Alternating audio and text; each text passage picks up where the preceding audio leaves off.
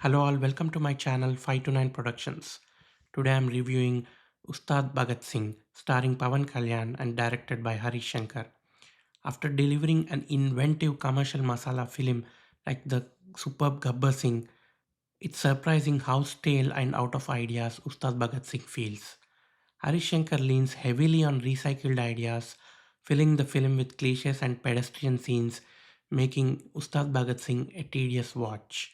This is my short review, follow along for the full review. Ustad Bhagat Singh starts off at a slow pace, with a child version of Pawan Kalyan getting a hero style intro, saving an elephant in what is supposed to be the Nallamala forest area. He is then taken in by an altruistic teacher who gives him the name Ustad Bhagat Singh. But when you're making a masala fan service film and you know the audience is coming to celebrate Pawan Kalyan, why not cut to the chase?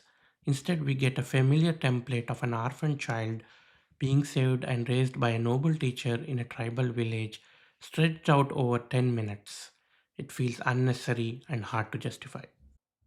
At long last, there is some energy when Pawan Kalyan finally enters the frame, but it's nowhere close to the energy or the organic flow we got in Gabbar Singh.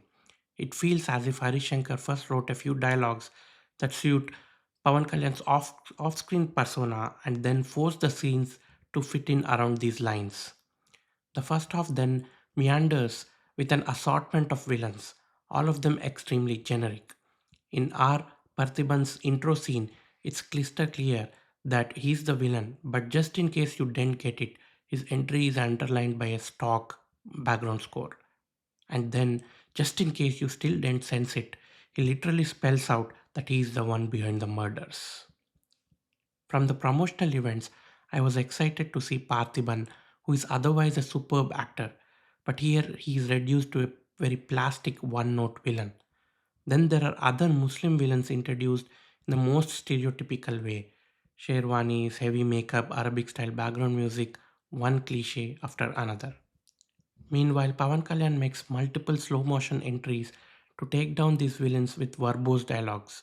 At some point, you start wondering, why should we invest in this story? It feels like no one really cares about it. The only thing the film seems to be interested in Pawan Kalyan's mannerism and dialogue bazi. And honestly, if that was the sole focus, it might have been less tedious. At the interval point, I had a bit of hope that now that we are done with this hairwind story and introducing of villains, we might finally get a solid face off between the hero and the main antagonist, maybe even with something fresh. But all these hopes are quickly dashed. Instead, we are introduced to even more characters, goons, villains, along with a romantic track between Sri Leela and Pavan Kalyan.